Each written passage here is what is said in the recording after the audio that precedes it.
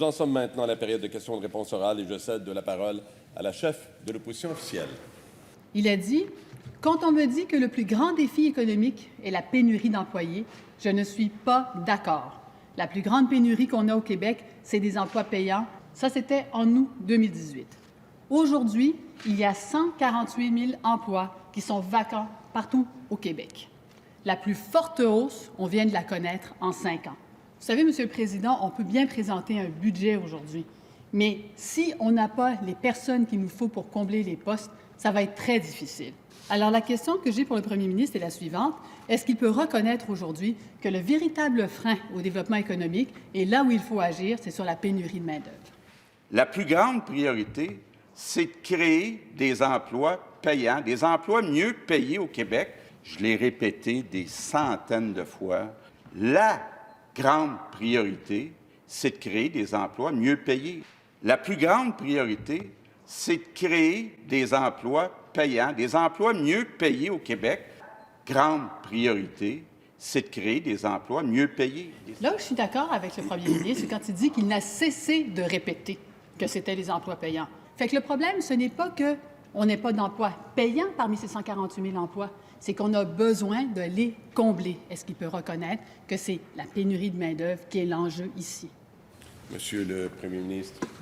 Monsieur le Président, ce que ne comprend pas la chef de l'opposition officielle, la grande priorité, c'est de créer des emplois mieux payés. C'est qu'on a besoin de bien plus que 148 000 emplois payants. On a besoin de millions d'emplois payants. Comment on va faire ça?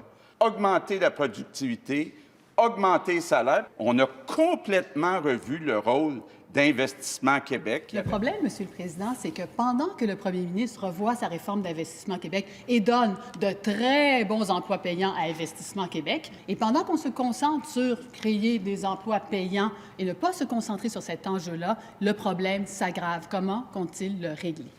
Monsieur le Président, si le Québec avait le même revenu par habitant que l'Ontario, le gouvernement du Québec aurait 12 milliards par année de plus de revenus. 12 milliards! La grande priorité, c'est de créer des emplois mieux payés. Pour arriver à réduire cet écart-là, ça nous prend les meilleurs.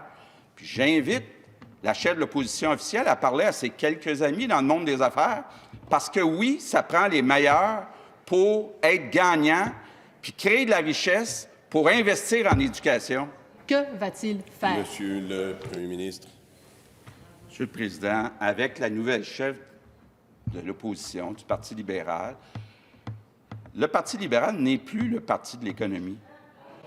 Qu'elle parle avec les gens, là, qu'on appelle de Québéking, de Québéking, de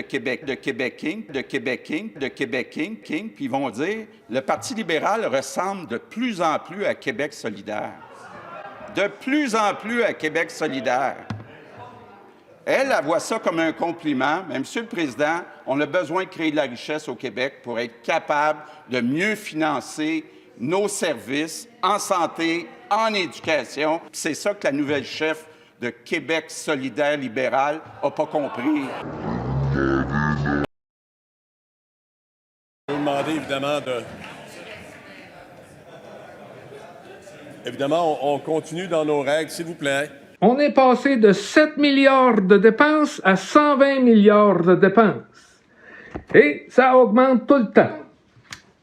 On est de plus en plus riche avec mes gouverneurs dans mon bateau, le gouverneur du Québec. La population a passé de 6,1 millions en 1971 à 8,4 millions, 8,5 millions. Avec les autres enfants de 10 ans ou de 15 ans, il y a une décroissance de moins 32, moins 21, moins 31, moins 40% des 15 ans, moins 40% des 16 ans, moins 21% des 20 ans. Puis si on regarde les 70 ans, OK, il y en a 254% par rapport à ce qu'il y avait en 1971. Les 85 ans, il y en a 455 % de ce qu'il y avait en 1971. Puis, l'âge moyen de la population était de 25-29 ans, puis il est rendu à 42-43. Ça fait que là, qu'est-ce qu'on fait avec ça? C'est qui? Qui va nous payer quand les boomers seront plus là? C'est les enfants qui vont payer quand ils vont arriver sur le marché du travail. Vu qu'ils sont moins, il va falloir qu'ils gagnent plus. Ma moitié de leur salaire va être plus grosse si ils ont des plus gros salaires. Puis, ils vont dépenser plus. Puis là, mon 10%, il va être plus gros. Mais pour qu'ils gagnent plus, ces enfants-là, il va falloir qu'ils étudient plus. On va organiser l'éducation. Qu'elle parle avec les gens, là, qu'on appelle de Québéking, puis ils vont dire, la plus grande priorité, c'est de créer des emplois payants, des emplois mieux payés au Québec. Je l'ai répété des centaines de fois. La grande priorité, c'est de créer des emplois mieux payés, des emplois payants, payés par année de plus de revenus, payants. Le gouvernement du Québec aurait 12 milliards par année de plus de revenus. 12 milliards pour être gagnant puis créer de la richesse pour investir en éducation. Puis un coup que mes gouverneurs vont être avertis, toutes les femmes enceintes, on va les surveiller. Puis il n'y a plus personne à cause du lien de sang. Ça ne marchera plus, ça.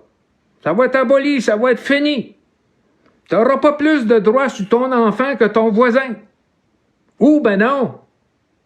Ce qu'on n'oublie pas, c'est qu'une famille riche va avoir autant de droits sur ton enfant que toi. Ça, c'est bon pour moi, ça. Ma DPJ va lui trouver des puces.